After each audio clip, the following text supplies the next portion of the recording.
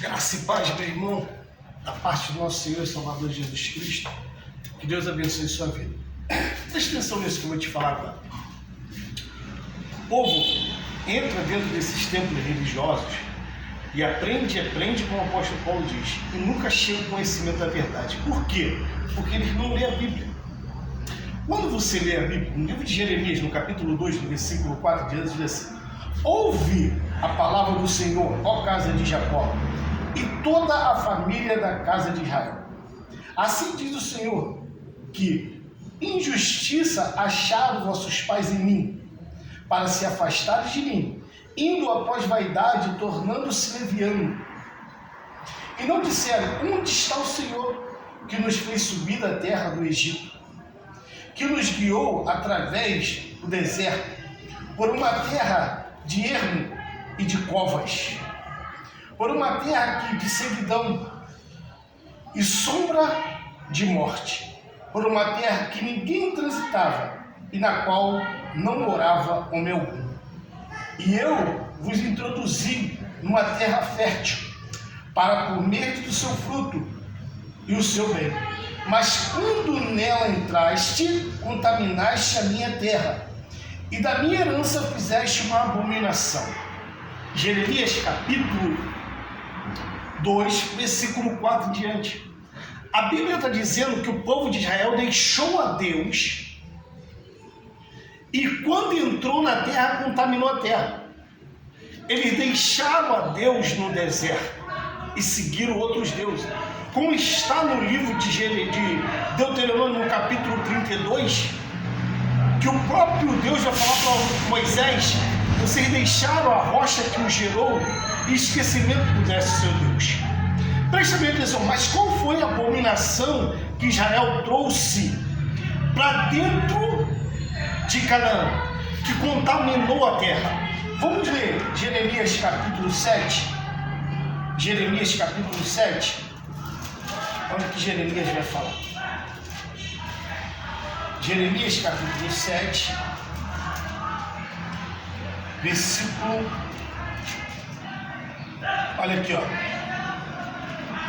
versículo 21 em diante. Olha o que Jeremias vai falar. O próprio Jeremias vai responder qual foi a contaminação da terra. Escuta: assim diz o Senhor dos exércitos, o Deus de Israel: ajuntai o vosso holocausto e os vossos sacrifícios e comer carne, porque nunca falei aos vossos pais no dia que eu tirei da terra do Egito, nem lhe ordenei coisa alguma acerca de holocausto ou sacrifício, mas isso lhe ordenei, dizendo: dá ouvido à minha voz. Se Deus nunca pediu holocausto e sacrifício, quem pediu? Foi o demônio, Satanás, ao qual Amós capítulo 5, versículo 25 diante, vai dizer que eles, quando fizeram a tenda, não fizeram para Deus, eles fizeram para Moloque. E quando ele fez essa tenda, foi Moloque que pediu sacrifício. Moloque não pediu sacrifício só de criança, não, de filho primogênito, não. Moloque aceitava sacrifício de animais. Isso foi por motivo que Estevão morreu. Atos capítulo 7. Estevão vai falar que eles sacrificavam a demônio, fizeram a estrela do deus Jafã. Israel até hoje leva o símbolo dos demônios, que é a estrela, ao qual todo o povo hoje trouxeram essas doutrinas, esses dogmas do Egito, que Israel trouxe, e botaram dentro das congregações, dentro da igreja, que se chama Igreja de Cristo, contaminando também a terra, contaminando também justamente que se chama Igreja de Deus, mas não é. Por quê? O mesmo Deus que falou isso daqui fala também no livro de Romanos capítulo 10, que eles não têm conhecimento de Deus e fizeram a sua própria doutrina. Por que eles não entraram? Romanos capítulo 9. Por que eles nunca aceitaram? Por que eles nunca chegaram à justiça de Deus? Foi porque Deus nunca pediu sacrifício. E hoje a terra está contaminada com as mesmas doutrinas. Qual é a doutrina? A doutrina do povo judeu. Melhor dizendo, a doutrina da religião judaica. Porque judeus é uma religião. O judaísmo é uma religião. É o povo de Israel. Quem é o povo de Israel? Se você olhar em Gênesis capítulo 32, vai dizer que Jacó, no vale de Jacó, que ele luta com um anjo, luta com Deus e prevalece. Qual o homem que pode lutar com Deus e prevalecer? Ninguém. Mas na verdade, Jacó lutou contra Deus. Assim Israel luta contra Deus o tempo todo com as suas abominações. A terra que luta contra Deus. Até hoje, por isso que em Gálatas capítulo 3, em Gálatas capítulo 4, em Gálatas capítulo 5, porque se você trouxer a lei de volta, você anula Cristo. Então quando você traz a lei de volta, justamente com os seus dogmas, justamente com aquilo que eles praticavam dentro do templo, fala assim, pô, mas quem que pratica dentro do templo? Qual foi o último profeta da lei que a Bíblia fala? Foi João Batista. Então você traz o batismo de João para o dia de hoje.